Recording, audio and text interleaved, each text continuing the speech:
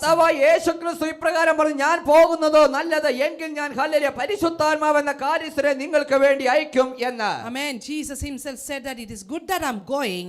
I will give you the best comforter as the Holy Spirit into your life. അതുകൊണ്ടത്ര യോഹന്നാൻ സ്നാപകൻ ഇപ്രകാരം വ്യക്തമായി പറഞ്ഞത്, hallelujah എന്റെ പിറകെ വരുന്നവന്റെ ചിരപ്പെ ഹല്ലേലൂയ ചുമപ്പാൻ പോലും ഞാൻ മതിയായവനല്ല എന്ന്. Amen. John the Baptist said that one who's following me or coming after me, I am not even able to carry his sandals. മനുഷ്യരുടെ കരത്താൽ നീ സ്നാനമേറ്റവനാണോ എങ്കിൽ, If you have got the baptism by the hand of a human being, നീ യേശുവിനാൽ hallelujah പരിശുദ്ധാത്മാവിനാലും തീയാലും സ്നാനം പെട്ടേ മതിയാകത്തുള്ളൂ. you got to have the hallelujah baptism by the Holy Spirit and the fire.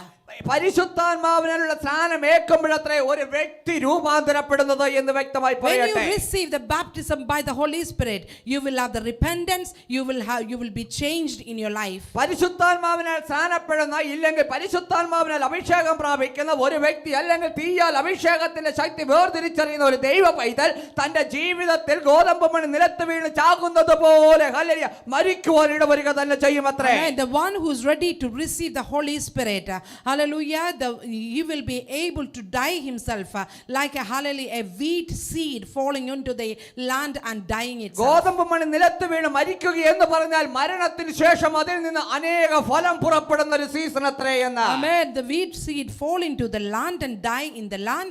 That means it is producing the right fruits out of it. അവരിൽ നിന്ന് അനേക വിളവിന്റെ ഒരു കാലം അത്രേ എന്ന്. And from that seed the harvest will taking place. അതുകൊണ്ടത്ര ഞാൻ പറഞ്ഞ പരിശുദ്ധാത്മാവിനെ വഹിക്കുവാൻ കഴിയുന്ന ഒരു ശരീരമാണ് നമ്മുടേത് എങ്കിൽ നമ്മുടെ ജീവിതത്തിൽ ഫലം കായ്ക്കുക തന്നെ ചെയ്യാം. If we are carrying the Holy Spirit in our body, we will also be producing the right fruits. അതുകൊണ്ടത്ര